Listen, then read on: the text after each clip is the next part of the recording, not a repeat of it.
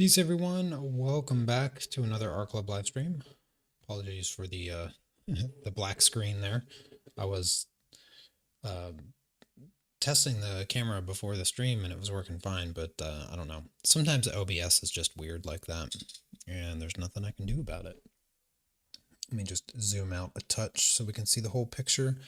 We're going to be finishing up filling in the cheek area today. Hey there, Diane. Good to see you. Starting a few minutes early just because I'm set up and ready to go. So why wait? You know. So got a busy day ahead of me. I mean, half of it's over, but still got busy things to do. So no need to sit around waiting. Hey there, Lisa. Good to see you. Anyways, like I was saying, we're going to finish filling in the cheek area today. Next week, this project will be completed. We'll do the polishing stage and add in some of the sprinkle colors. I did a little bit of the yellow and the orange previously, but I'm not going to do that today. That's more of a polishing stage type of thing anyway. So I'll just leave that for next week, which means we're going to be starting a new project here.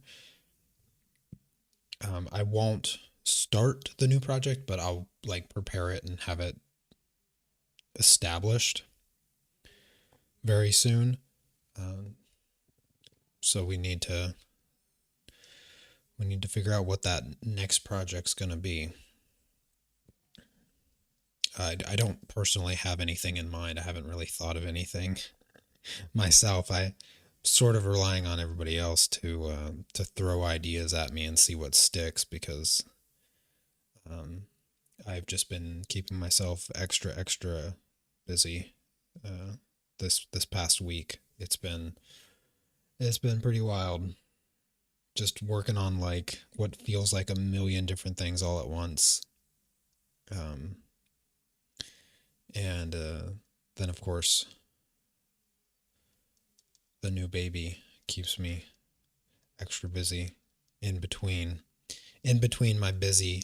I'm busy with the baby. She's officially 3 weeks now. Still doing great.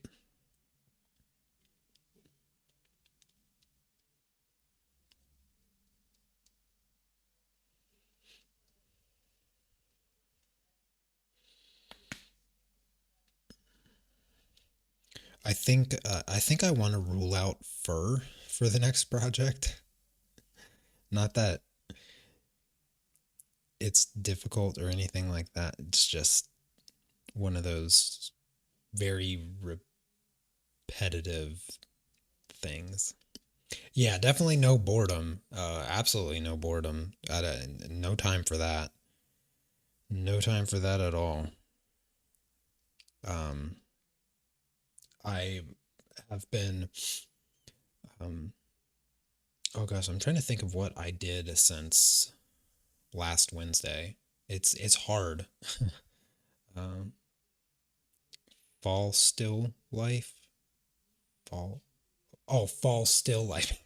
I was like, what is fall still life? And I didn't read it as like one thing. That could be, yeah, that could definitely be a fun option. I like the idea of the fall theme. A portrait or a muscle car. Oh, a car could be a good challenge. With the 12 pack of PolyChromos, we do limit ourselves quite substantially when it comes to, well, color choice. And if we were to do a car, that would be extra tricky.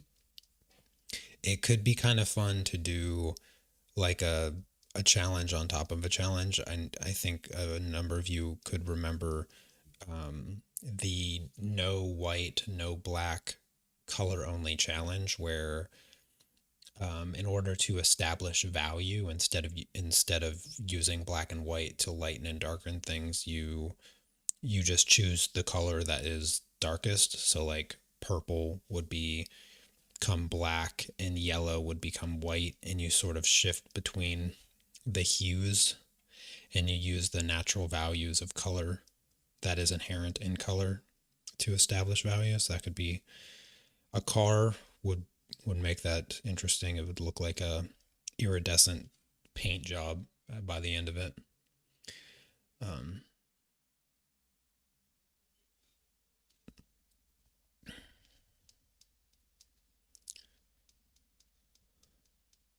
I don't know how well that would translate to colored pencils on this paper, but it could still end up looking pretty cool. But I do like I always do like a nice still life project. So that one definitely piquing my interest for sure. I think the hardest part about still lifes is finding good reference photos. Um, I just, I don't know. I have the hardest time because usually what you look for, or what you find rather, when you search for still lifes, is you find still life photography, which is not really the best to translate into traditional still life because really, like, when you think of traditional art still life and not like photography still life, you usually get strong silhouettes and strong shapes and a variety of textures where you might have like glass and metal and wood mixed together, and then like organics like fruits and flowers. But when you search for still life, you oftentimes get photography still life, which is really, really different because there's nothing challenging um, in taking a photograph of a still life setup. And so, usually, what photography still life does is it focuses on aspects that are trickier, like depth and lots of texture and patterns. And that makes translating into traditional still life a lot harder. If you think about like really complex cloth patterns, um, then that's a lot to draw, you know? Um, and you usually don't see that level of complex objects inside of traditional still life artwork because it would be remarkably tedious to draw like a cloth pattern, like, especially something like real elaborate, which is usually where uh, photography still life comes into play, is that you get much more elaborate patterns, and it's less about the shapes and the materials. So I do find it hard to find good still life references because of that. Because usually it's, you're looking for a photograph, but the problem is you're looking at photography still life, and that usually doesn't work out too great.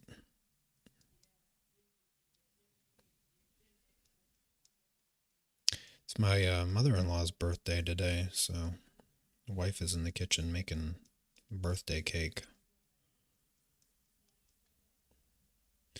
and she gets to spend time with her granddaughter while I'm here streaming. And then I gotta start dinner after I finish streaming. Gonna make pizza today, so takes a little while for the dough to rise and all of that. Been on like a gigantic pizza making extravaganza, like twice a week kind of thing. Um, for the longest time, my wife was not a fan of my pizza dough, partially because I made it different every single time. And eventually I found a recipe that, or a version rather, not necessarily a recipe, but a version that she just loves. And now I make it like twice a week. So yay for that. But I gotta let the dough rest for an hour after I make it, and so it's just a process. So I always gotta start it a bit earlier.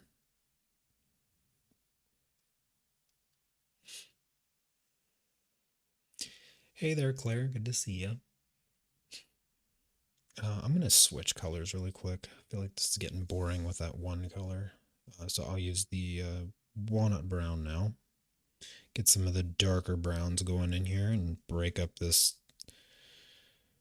Garfield looking Lynx, since it's all orange on the face right now.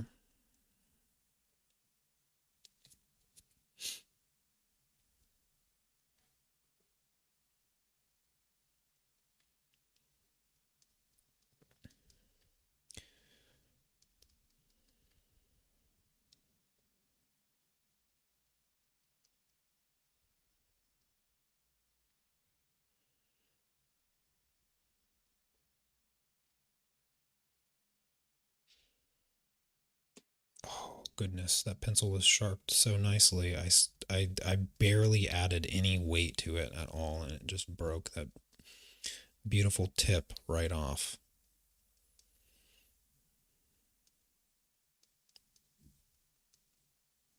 Such a shame. There's like no weight to that either. It must have just been that delicate.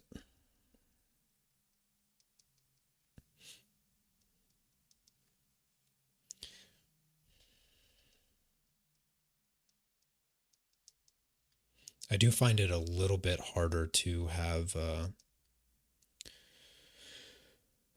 softer touch as I'm used to, because the desk I work on, it's flat now. So before moving my desk, I had space and I could tilt my desk, and I didn't have to work on a flat surface. It's so much harder to work on a flat surface after you spend years working on a tilted surface, and it just changes the whole feel of the pencils and just drawing in general. It changes it, makes it feel wrong.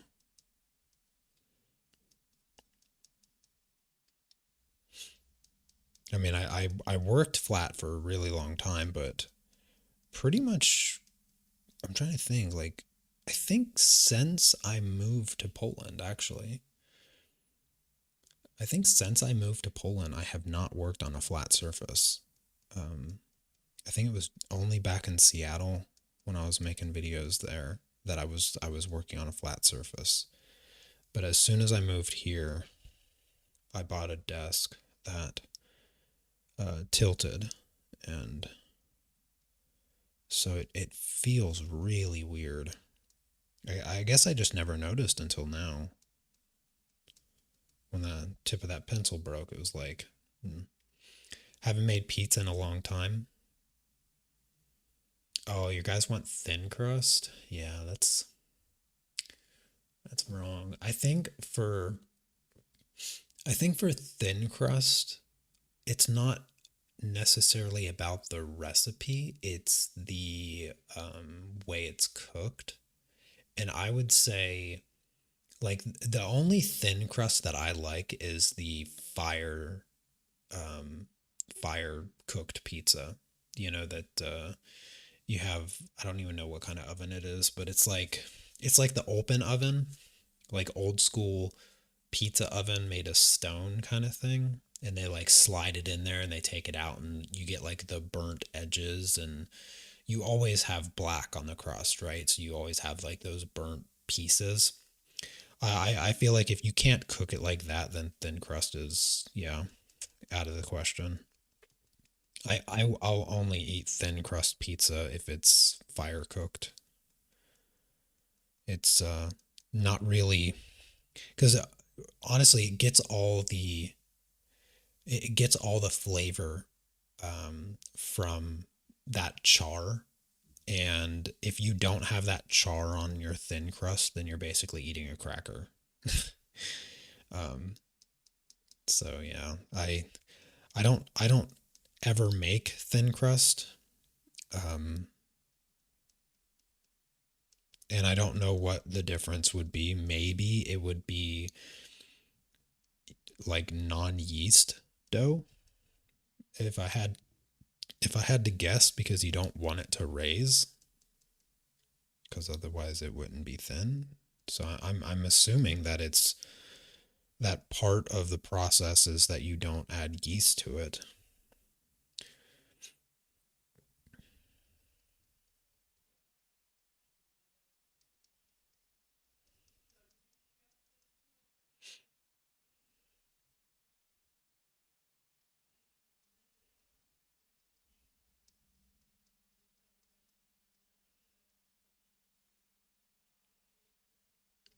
Yeah, I think it's like cooked at a ridiculous temperature,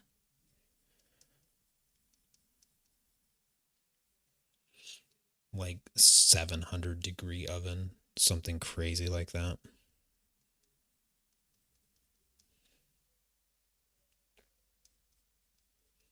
Because I mean, those pizzas only cook for like 12 minutes or something, and that's like from a raw state. I mean, usually you're cooking like frozen pizza for like 20 minutes, and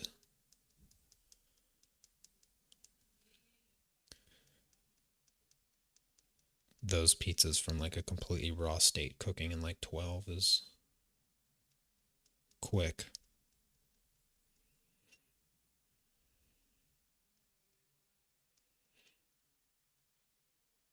I don't know. Thin crust or not, I feel like you can't beat a good homemade pizza regardless of preference. I mean, you make a good sauce. You make a good sauce, and then the toppings and the dough almost becomes irrelevant.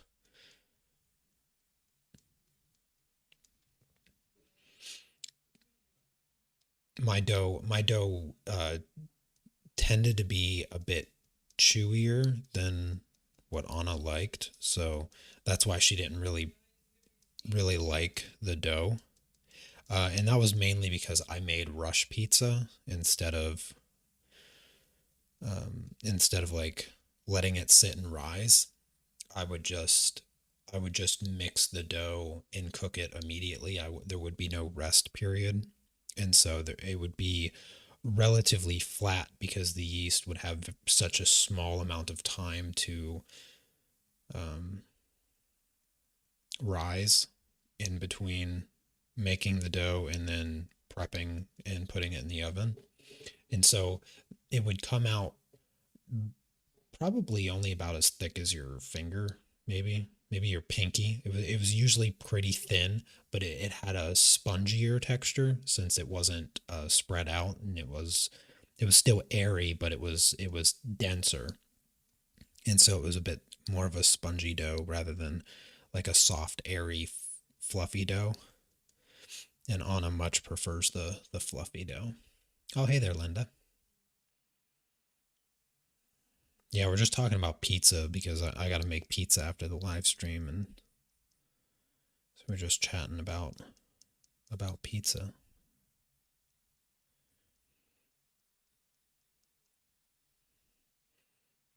Now for the dough recipe now that I use live yeast. I activate it for 7-8 minutes with 2 teaspoons of sugar, and then after it activates, I mix the dough. I let the dough rest for an hour, and then I very very carefully handle it afterwards. So I keep it like maximum fluffy, and yeah, Anna really really likes it. I think she likes it more like that, partially because she can eat the crust. Because almost every pizza that we'd ever gotten ever in our entire lives, like ordering out or whatever, she wouldn't be able to eat the crust, and so uh, that sort of annoys her. But with a really soft, fluffy dough, she can actually eat the crust, and she likes it. So,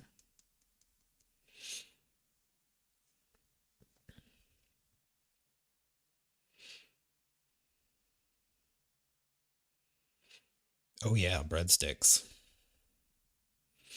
I always have a hard time making breadsticks because if I go through the trouble to make pizza dough, I might as well just make pizza. It's like, um, do I make the dough and I make the sauce and then just make breadsticks that I dip in the sauce? Or do I just put the sauce on the dough and throw some other tasty stuff on there and make it a pizza? That was the other problem that I had with calzones, because I loved making calzones. I would make calzones actually much more often than I would make pizza. And um, the thing that I liked about doing calzones over pizza was that you can like pack them full. Like you can imagine like a pizza with too many toppings and it's like falling off the slices. Well, calzone fixes that because you can just shove everything you want inside of it, no matter how, thick it gets, and then bake it in the oven just like a pizza, and then you get to cut it and eat it with a fork and not feel like a doofus for eating pizza with a fork. And yeah, I haven't made a calzone in a long time. Our oven is not big enough for me to make calzone though. So, and I'm not making a small calzone. That's the same reason I end up not making breadsticks, because if I have everything to do the pizza, I might as well just do a pizza. But making a small calzone just feel like more work for like next to zero benefit. The other thing, like the other benefit that I like with calzones, is that the ingredients don't dry out, because there's always that. I don't know what you guys like on your pizzas, but I love to put spinach on my pizza, and the downside to spinach on pizza is that it tends to dry out if you don't properly layer your ingredients. So you always try to put wet stuff on top of dry stuff, and with calzones, you have nothing to worry about. You can just throw in heaping pile of spinach and it just all shrivels up and stays, you know, stays soft and all of that. You don't have to worry about it drying out and turning into spinach chips.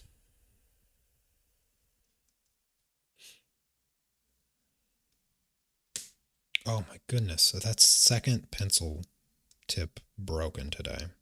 Mm, Not not the day. Not the day. Pencils are rioting right now.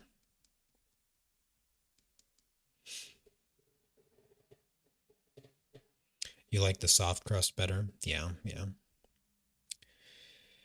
I think I don't know if I have like a preference where I would choose one over the other. I think I'd choose pretty much any type of crust over thin crust. Um, there was this one pizza place that I remember going to. I wish that I could tell you like more information. I just know that I got the pizza once or twice. Um, and it was like really thin crust and almost it it it almost had like the texture of a fried tortilla. Like if you fry a tortilla and it fills up with air and you cook it long enough to where it's crispy, um, and you bite into it, and it's literally just air. It's like two crispy layers with air. Like that's what that pizza was. And I was like, this is not pizza. I'm not a fan of thin crust that's so thin that you can't tell the difference between that and a fried tortilla. that's too thin. That's where you crossed the line. You lost the plot. That's not what a pizza is supposed to be like. Um, but I would say I lean more towards a thicker crust for pizza because I mean if it's a tasty crust, then you just get more of it. Um, but I also really like the fire oven pizza. Um, it's just I like the smoky, charry taste of it. It's really nice. I would say I wouldn't want it like all the time. It's probably not something that I could eat all the time of a pizza. Like I would sort of get burnt out. No pun intended there, but I think I need the variety in the crust. So I'm not sure if I could pick one type of pizza crust to end all pizza crusts for me. It's been a long time since I've eaten a pizza that I didn't make myself though. It's been well over a year.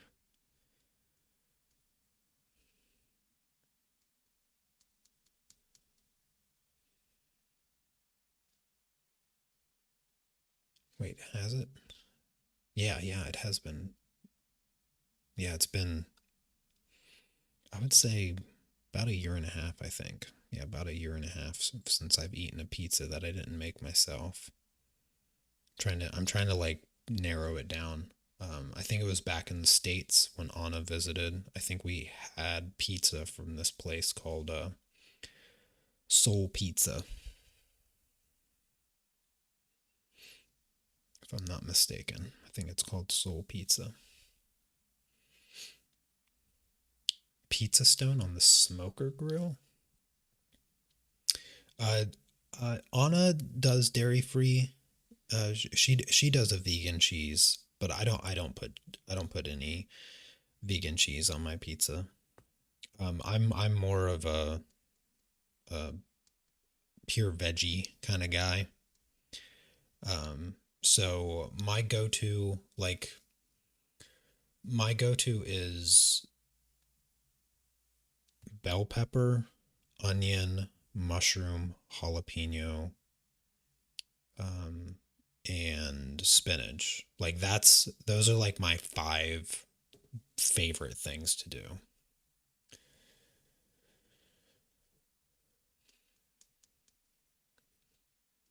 Occasionally I'll do pickle and olive and um what are those tomatoes? Those sun-dried tomato.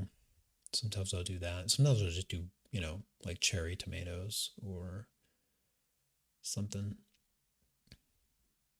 That's pretty much the standard for me though. Mushroom, bell pepper, onion, jalapeno. Um, that's my favorite. I don't the one thing that drives me nuts. Oh gosh, it drives me so crazy. So the thing here in Poland um is that like when you go to a restaurant and stuff, you should have zero expectation to order the food that you want. Uh like when you look at the menu and it says, blah blah blah, and you say I would like blah blah blah, you're going to get blah blah blah.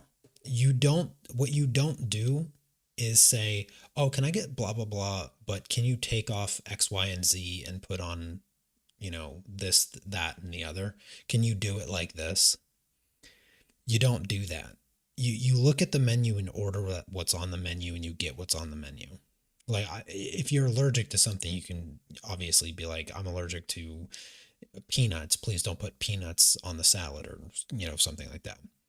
But when you go to a pizza place, you say you'll have like a list of like 40 different pizzas, and nowhere on the menu to say like build your own pizza. You're not going to walk up and be like, let me get a pizza with red sauce and whatever, XYZ kind of thing. You look at the list of pizzas and you order one of the pizzas on the list and you get one of the pizzas on the list. And that it tripped me up for like the longest time when I probably for like the first 2 years. It bothered me a lot. And the reason it's so annoying is not because you don't, get to order your specific thing that you want. It's that when you go to a place that has vegan options, like a pizza place, because there has been a couple of them over the years, and you have to order the vegan pizza and they might have like two or three options. They always have goofy stuff on them. Like just super goofy things like Ricola. Nobody likes Ricola. It tastes like medicine. Um like I don't know anybody that likes Ricola. It's the grossest leaf in any salad ever. And for some reason, every vegan place needs to put Ricola on their gosh darn vegan option pizza. It's like, why can't I get the option like just without cheese and meat? Like there's a ton of other veggies that I know you have because they're on all the other pizzas. It drives me absolutely crazy. And even when you go to the store, like you go to the store and sometimes they have frozen vegan pizzas. And again, they have to have all this goofy stuff on it. It's like, no, I don't want corn on my pizza. I don't want broccoli on my pizza. It's so weird. It's super, super weird. I don't want pesto on my pizza. It's just ridiculous. They just like I swear they make it gross on purpose.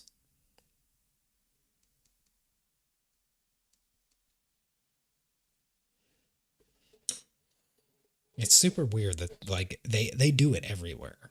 Like everywhere. This is it's just like that in the States as well. When you get like a vegan version of something and it's like got all these goofy vegetables on it, like eggplant. Like no, I don't want eggplant on my pizza.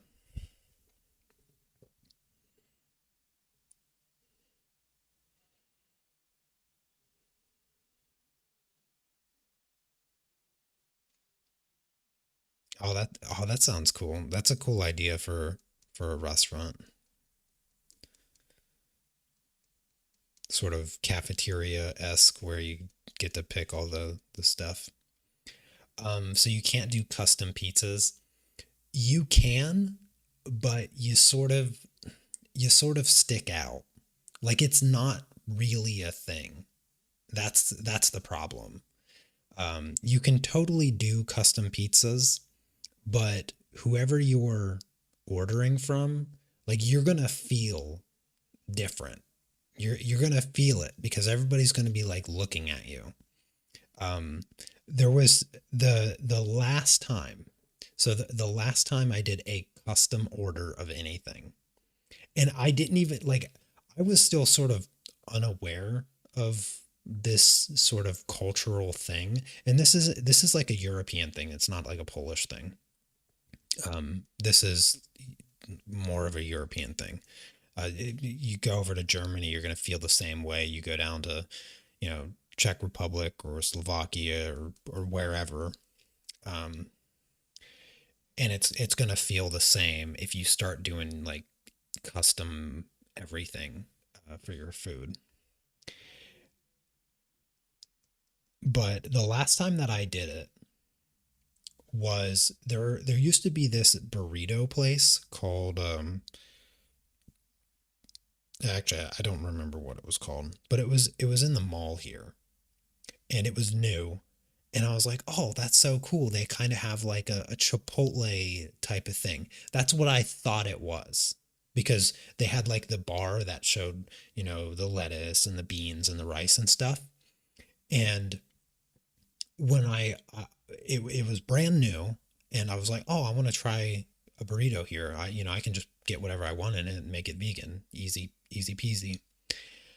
And so um, I go over and I'm like, I would like a burrito. And they're like, oh, which one? And, um, and I didn't, I was like, what do you mean, which one? Burritos don't have names.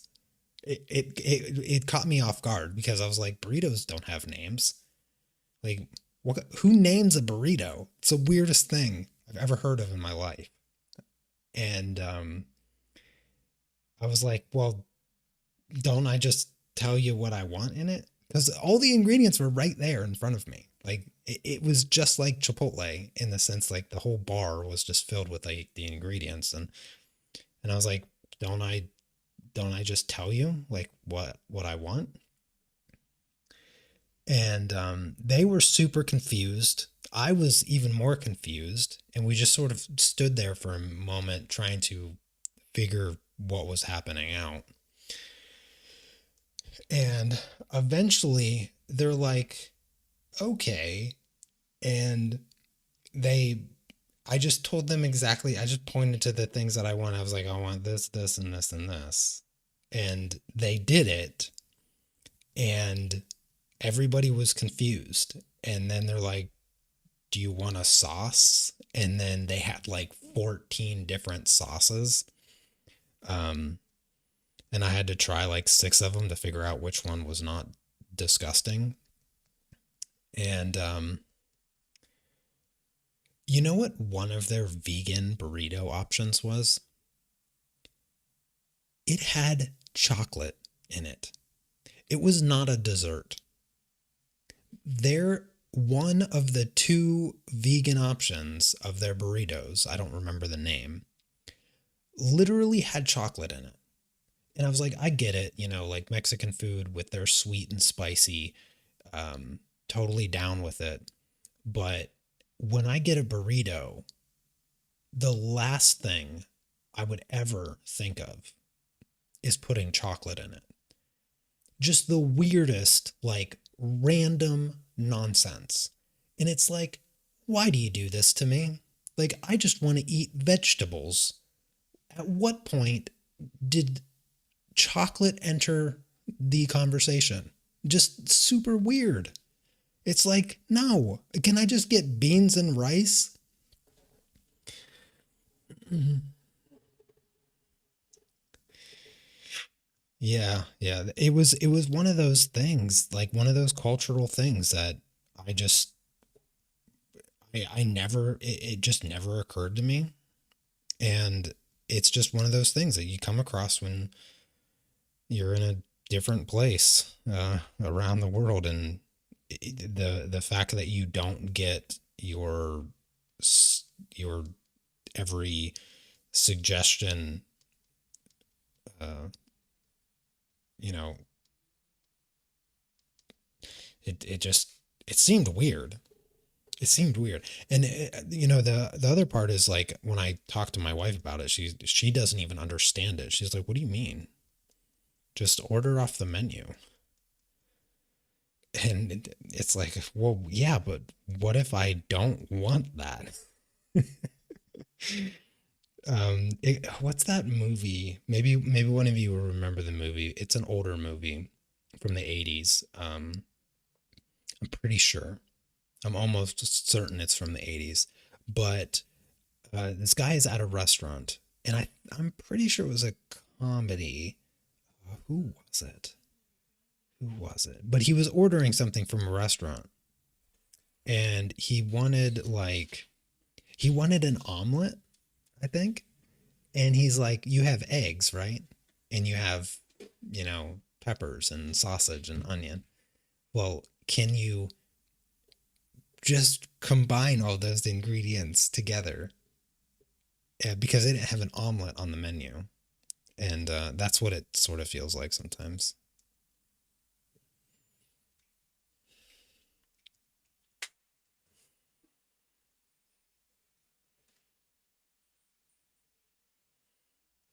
But I can't remember what movie that's from. I feel like I watched it in the past few years too. I don't know. Um, Anyways, I'm gonna blend this out, the layers that I did, and then I'm gonna call it a day. Next week we will finish this, and this project will be done. I'm liking the idea of a still life, fall themed still life. If you guys come across any reference photos, feed them to the Discord so that I can have a look at them. Otherwise, I'm gonna try to find something, uh, and then like we don't have to decide on it like right this moment, obviously, because I'm still gonna work on this next week. But I'm gonna try to have something definitive by the end of next week so that I can get the line art and everything prepared and the project set up on the website and stuff.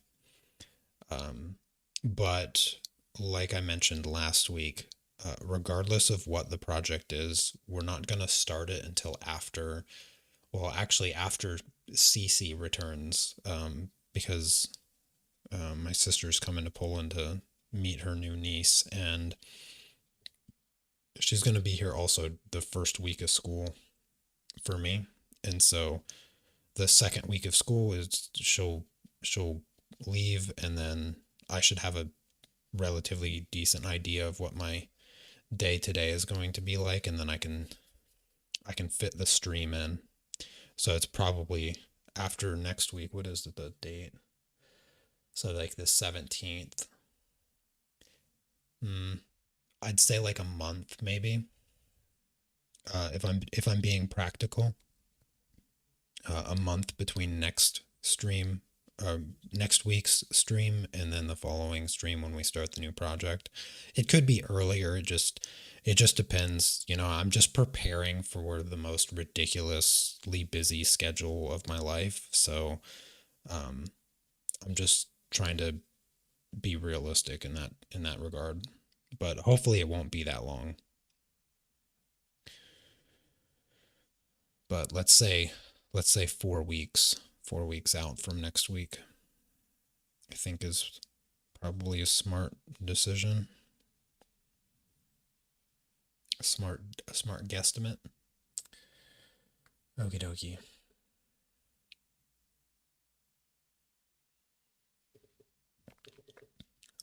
Well, anyways, thanks for coming by and hearing my rant about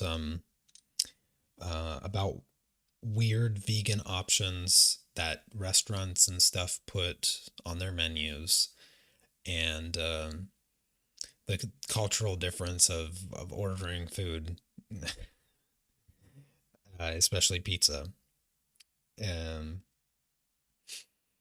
anyways, you guys have a fantastic rest of your week. I'll see you next week where we'll finish this project all done next week through the polishing stage. And yeah, have a great weekend, and I'll see you next time. Take care. Peace.